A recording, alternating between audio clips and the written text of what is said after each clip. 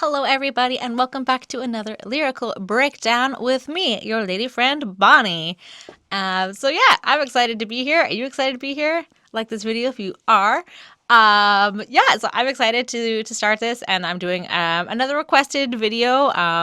So if you ever want me to break down any like songs, definitely leave them in the comments below, and I will get around to doing them when I can.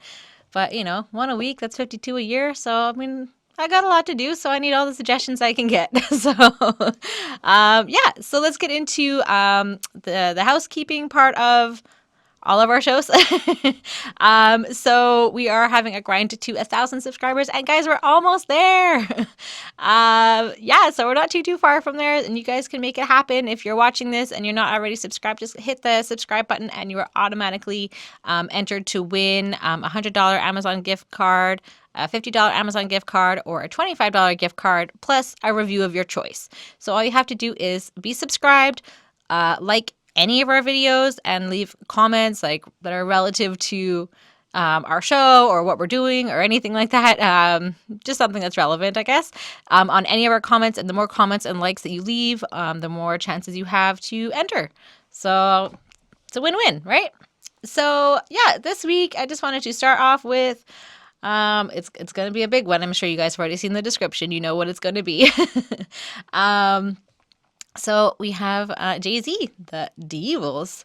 That's what we're doing this week. And it comes, like I said, it was requested. It was something that I wanted to do. It was something that we've covered in a classic quest when we did Jay-Z's album Reasonable Doubt, which came out June 25th, 1996. And you can check that out. But let's give this song a little bit of a listen and get right on into this.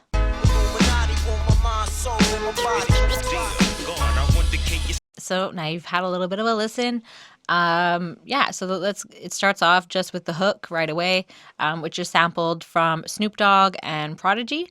And it's, "Dear God, I wonder, can you save me? Illuminati want my mind, soul, and my body. Dear God, I wonder, can you save me? Secret society trying to keep their eye on me. Dear God, I wonder, can you save me? Illuminati want my mind, soul, and my body.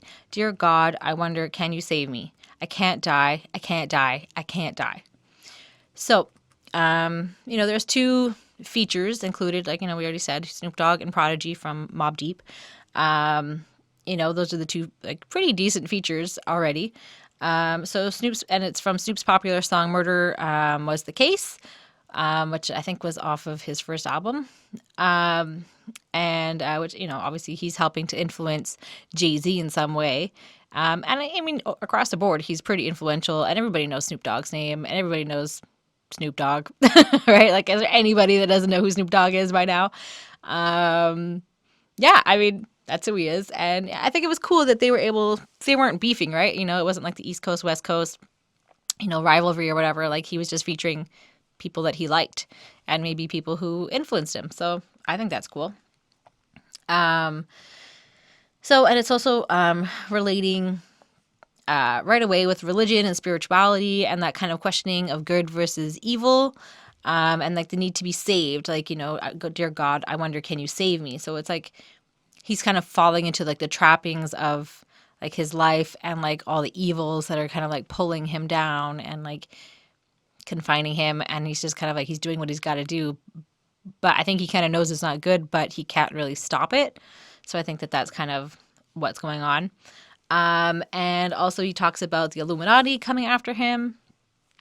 And they want all of him, basically, like, they want his mind, soul, and body. Like, they want, like, every part of him. And, like, that's, like, an interesting thing. Like, and not that many people, obviously, outside of the secret society know much about it because it's a secret.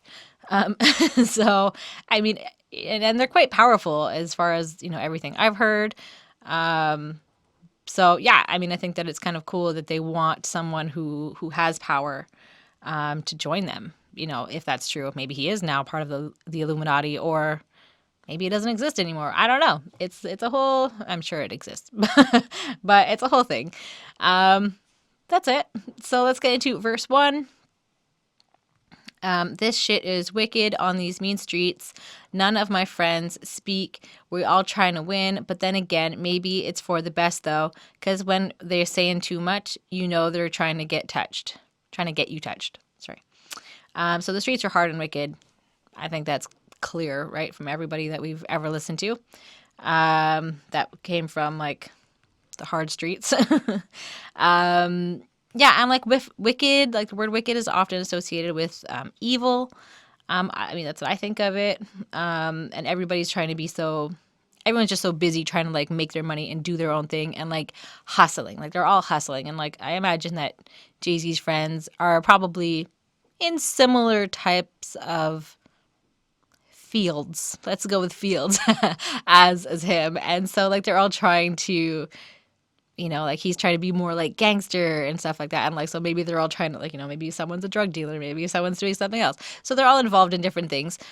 Or, you know, maybe there's guys who are just working at the grocery store or whatever, you know? So, I mean, they are there, you know, they need jobs too. So, I mean, I think that's just what he's saying. Like everyone's hustling and taking care of themselves and like their people, and like that they're too busy to really like interfere with other people and like talk to like friends, you know? And I think that that's also, you know, something that happens, right?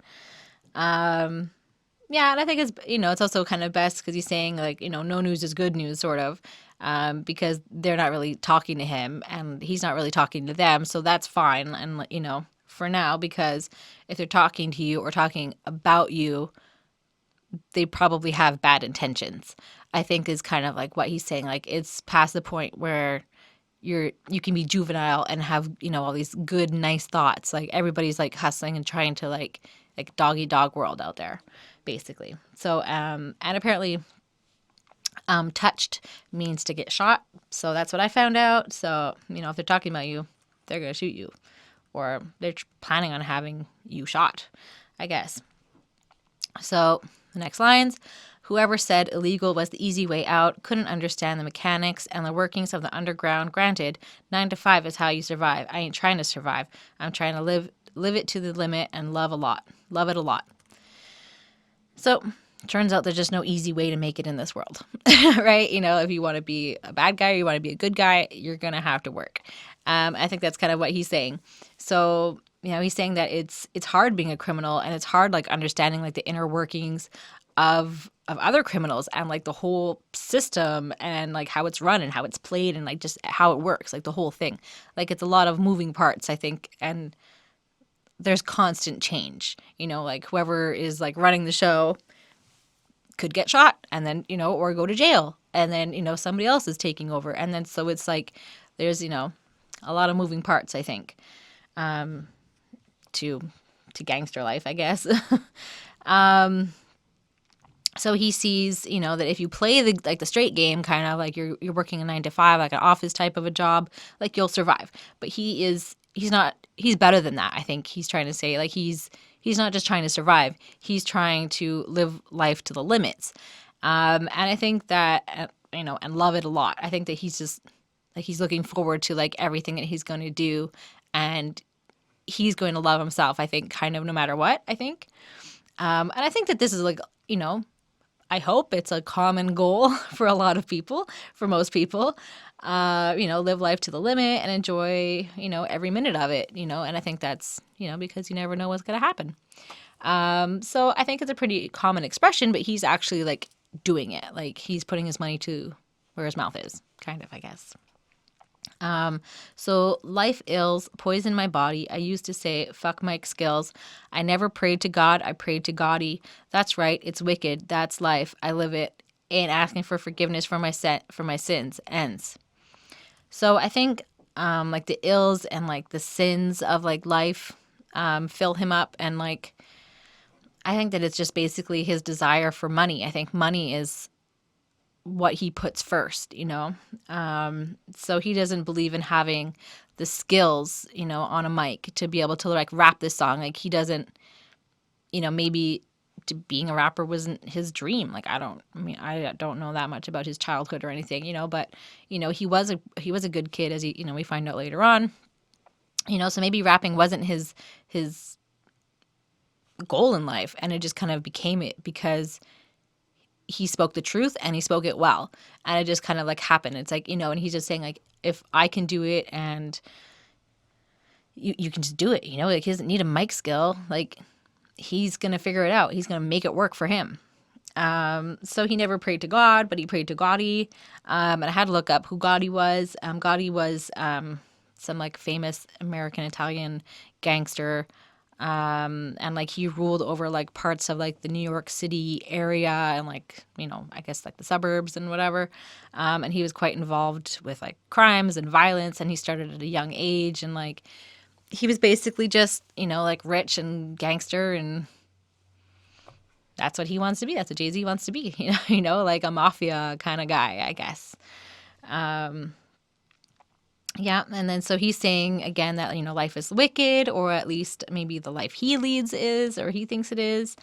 He's not asking to be forgiven, because I guess he doesn't feel bad necessarily, for what he did, because it brought him to the top, and it gave him the fame and the fortune that he wants, So he's like, he's not asking for forgiveness. He's like, I did what I did and I ended up here. He's like, so I don't feel bad for any of that. I think that's kind of what he's saying. I'm sure he does feel bad, but he talks the talk, right? So ends is supposed to be money. That's what I've looked up and figured out. And it's supposed to imply like the ends justifying the means. I mean, this is all according to genius.com. You can look it up too. So, I mean, this is just whatever other people have said. And I think it makes sense. So let's go with it.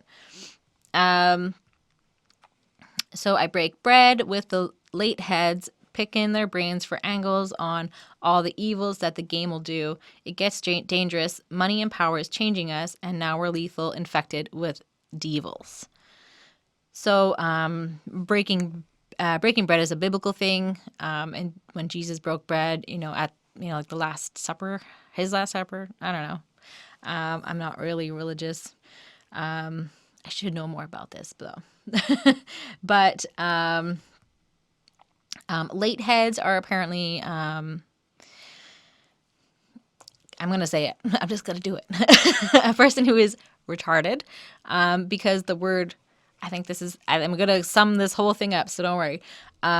Because the word retard in French is someone, you would say like, if a person's late, you would say they're en retard, like they're running late, kind of, like if you're running to work, that's what you would say.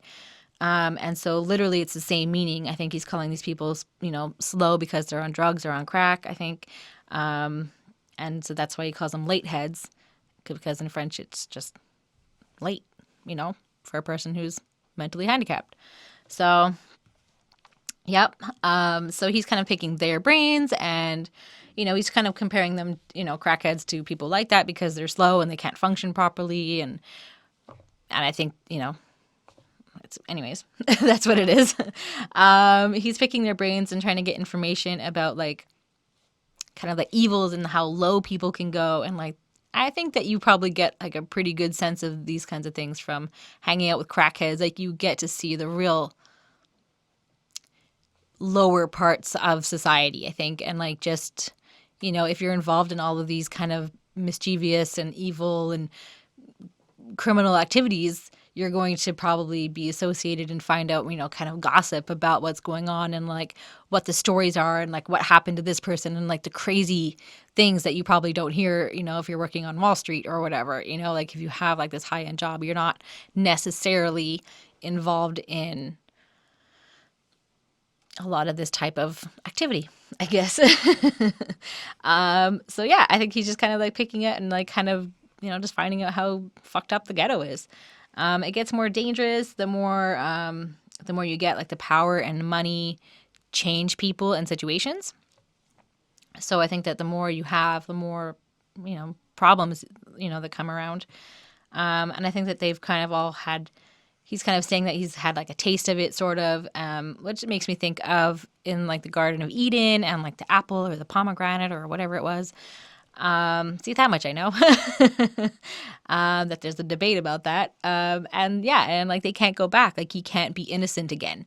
Like he's already in this life and he can't go back. I think is kind of what he's saying. You know, he wants the money and he wants the power. And I think those are the evils that are in him or that have made it into him, that have seeped into his soul, kind of. Okay, and then we have the hook again. So I mean, you know, it's dear God, I wonder can you save me? Illuminati, want my mind, body, my mind, soul, and my body. Dear God, I wonder can you save me? Secret society trying to keep their eye on me. Dear God, I wonder can you save me? Illuminati want my mind, soul, and my body. Dear God, I wonder can you save me? I can't die, I can't die, I can't die. Again, interesting mix. It's still impactful, and it, you know, every time it's still a good listen. It sounds good, and like the way that he's kind of mixed it, and just the, I don't know, it sounds really good. So verse 2. So we used to fight for building blocks. Now we fight for blocks with buildings that make a killing. The closest of friends when we first started, but grew apart as the money grew and soon grew black-hearted.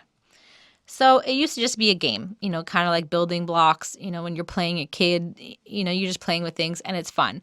But now they're sort of like fighting with like actual blocks and actual buildings to control, probably because of something illegal, you know, maybe money laundering or, you know, they're being shady landlords or it's like, you know, their turf and they're like owning it and they're getting all their people into it. So yeah, I mean, I think it's just something.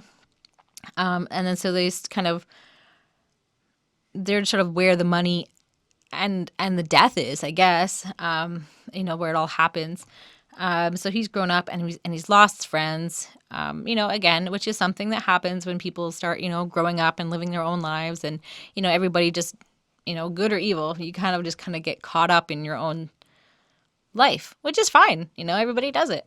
And you know, especially this one guy that I think he's kind of talking about. You know, maybe somebody that he was really, you know, or particularly close with. And then so this one guy he kind of talks about, and then he says, I know as things changed, you know, their statuses changed. Maybe they kind of became like there was a hate. They sort of became enemies, and they probably know each other. They probably were like good friends, and they kind of learned a lot about each other, and so they know how the other one works. And I think that that's really good, and also I guess sort of evil at the same time, is that they know what they can control. They know how to kind of push their buttons. I think, you know, kind of keep your enemies close, right? So, thinking back when we first learned to use rubbers, he never learned. So in turn, I'm kidnapping his baby mother. My hand around her collar, feeding her cheese. She said the taste of dollars was shitty, so I fed her 50s. So he's thinking, you know, he's talking about like when he was learning sex ed and like how to have like safe sex. You know, usually I think kids usually get that kind of talk around puberty. So like maybe like 10, 12-ish, I think around there. And then he's just, you know, Jay-Z's kind of saying, well, this guy never, you know, his friend, he never listened, or like, you know, maybe he just wasn't in school, or nobody ever just sat him down and had the talk with him. And so he ended up getting at least one person, we find out, pregnant. And so now Jay-Z sort of, I guess, as revenge or whatever he's doing, you know, he thinks, I guess at this point he thought he was like an actual gangster. So he's kind of making moves. So he's kind of taken his friend's baby mama, whatever. And, you know, he kidnaps her and he's trying to get information from her. So he starts like, you know, feeding her, you know, trying to figure out where he is. And so he's just trying to like feed her money and trying to get her to talk. Oh, and I think he's choking her, right? Like he's choking her. Yeah. And so like he's kind of obviously putting the pressure on her, pressure on her neck. And she wasn't going to talk for those, you know, dollars or whatever that she was being offered. So he starts giving her 50. So he's like up the ante, right? You know, and like maybe, you know, because she's from the ghetto, like maybe, you know, a $50 bill is something she doesn't see that often. And it was, you know, 1995 when this came out, or 1996. So, I mean, maybe it just wasn't that common. And so, like, that kind of like opened her eyes and opened her mouth, I guess, and got her to talk. So, about his whereabouts, I wasn't convinced. I kept feeding her money till her shit started to make sense. Who could ever foresee? We used to stay up all night at slumber parties. Now I'm trying to rock this bitch to sleep. So I think that he's kind of not necessarily believing her about where her man is, or the man he's trying to get. And, obviously you're trying to cover for, this person in your life or whatever, but it's hood life. And like I said, it's dog eat dog. And I think a lot of the time people snitch. And I think that's I think that's just a way of life, That's part of being human, is that you want to have the least amount of pain. Not that you want to inflict it on someone else, but you are the one that's going to have to suffer. And I think that's what she's doing. She doesn't want to suffer. And I think that she's just like, okay, I'll give you the information, whatever, and she's getting something out of it. She's getting money, which she can therefore support her kid if anything happens, maybe. Yeah. So he just is like, whatever, and just bribes her with more money. And then she starts like talking for real, like she's finding out, or he's finding out everything because she's telling him stuff. So, and like, for him, it's like money's no issue. Like he's just going to get whatever he wants from her. So he's sort of like reflecting about this guy and how they used to be such good friends, like almost with disbelief, I think, and how they used to like have sleepovers and like it's just fun. Like you can just imagine like them being kids and like hanging out and having fun. And like I think it's nice, that he was kind of looking back at such an innocent time and kind of comparing like the situation that he's in at this moment in this song, right? Like, he's kidnapped his friend's lady and whatever. The wife or the mother of his children. So yeah, I think that, it's just funny like how things changed. And I think, and then the last line, I didn't really know what it meant. Now I guess I'm rocking this bitch to sleep. Like I didn't really know. I couldn't find anything particularly, to like tell me exactly what this meant.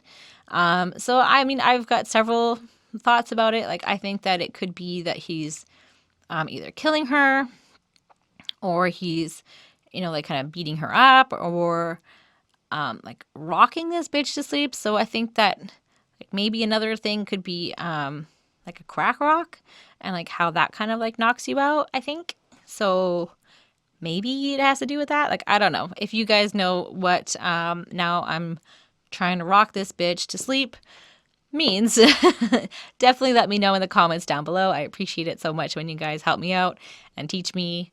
I love this to be a sharing, teaching moment.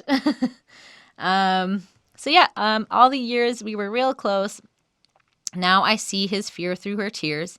Know she's wishing we were still close. Don't cry, it is to be. In time, I'll take away your miseries and I'll make it mine. Devils. So him and this guy who's his target, like they used to be best buds for like a really long time. I mean, we've gone through this. And maybe that's how he was able to access her. Like maybe he knew who she was, maybe they were friendly, maybe, I don't know.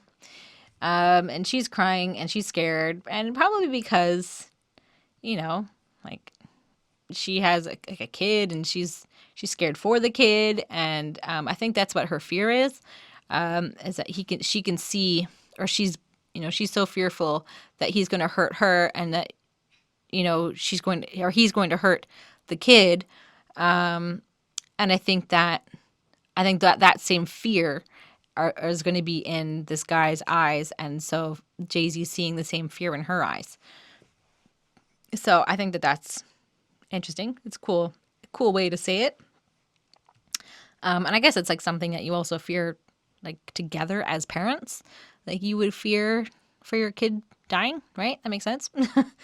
So Jay kind of knows that the kidnapped woman is also kind of wishing that they had stayed friends, because then this whole mess like just wouldn't have happened. If everybody just got along. So don't cry, just accept what's going to happen. Just, here's the inevitable. Don't worry about it. And he's kind of saying that he'll take away all of her miseries and like all the things in the world that would make a person, sad, I guess, and make her whatever is bad in her life. Like he's going to take away all that pain. Like he's kind of saying like, well, don't worry, I'm going to take away all of your miseries. Like everything that anything that's wrong in your life, it's not going to happen anymore. He's not saying that all the good things are also going as well, because I'm guessing he's going to kill her. Yeah, so I think that's it. And he's going to be like, he's going to take away like all of those problems and then make them his own, because like he's responsible for like having taken away her pain. So I think it's like coming back to him, like it's karma, right?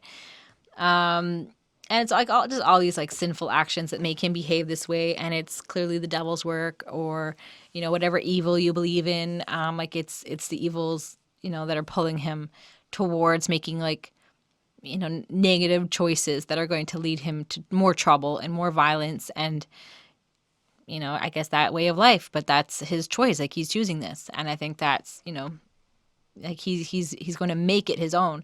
He's going to handle that. Yeah, that's it. So then we have the hook again. I'm not going to really go through that much. And then we have verse 3. So, my flesh no blank could test, my soul is possessed by devils in the form of diamonds and Lexuses. The exorcist got me doing sticks, like, homie, you don't know me, but the whole world owe me, strip.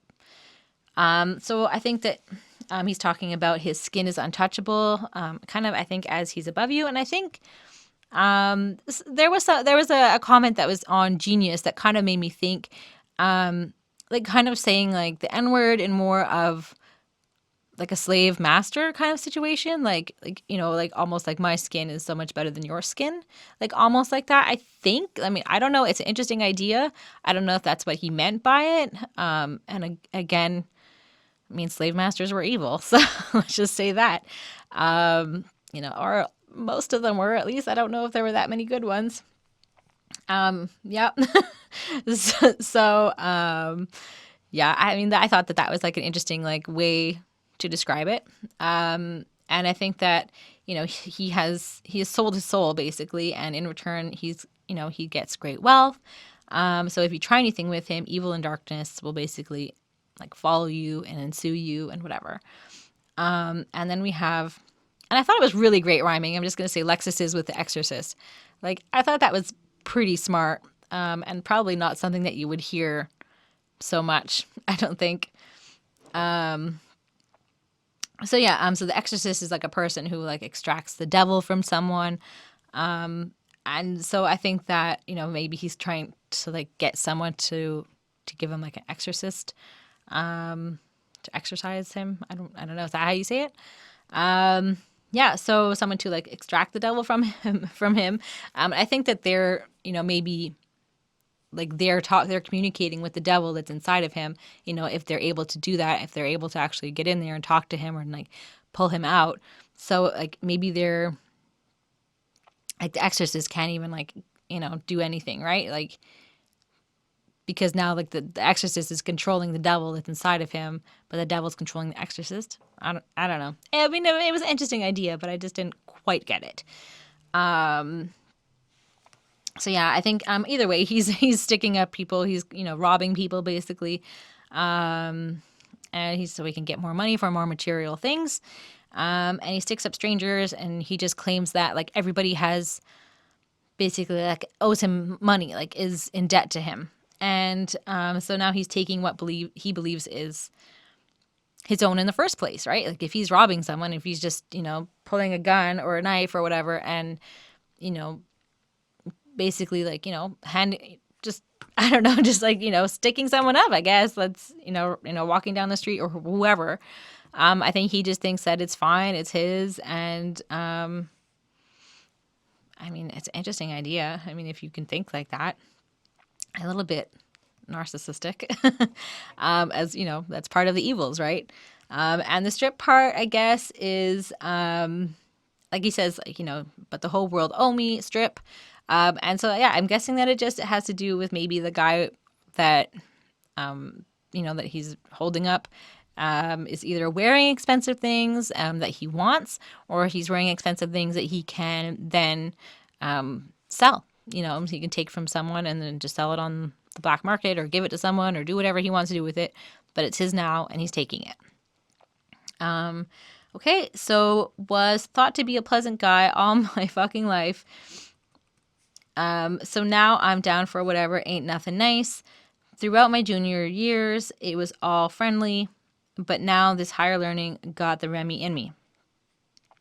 So everybody thought Jay was like a pleasant guy, but he turns out that he's not, or at least he doesn't want to be known for being like a nice guy. Like he wants to have this sort of like reputation, I guess, for not being pleasant. But now he does. He does whatever he wants, and I think he's feeling again mostly the pull of like the negative influences. He was nice and friendly when he was, like I said, in his early years, and I think that he's still a nice guy now. But yeah, I mean, he was nice and friendly and like easygoing, I guess, in his early teens when he was going to junior high.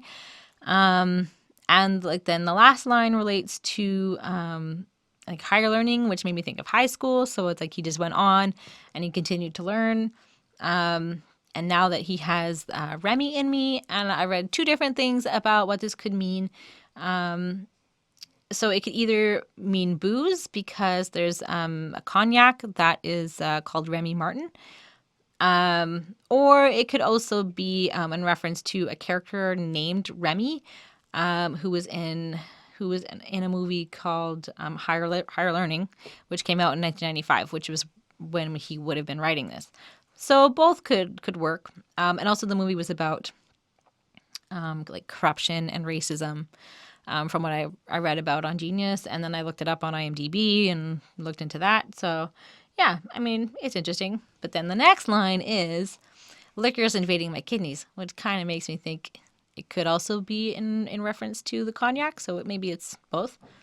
Got me ready to lick off. Mama, forgive me. I can't be held accountable. Devil's beating me down. Boo. Got me running with guys, making G's, telling lies that sound true.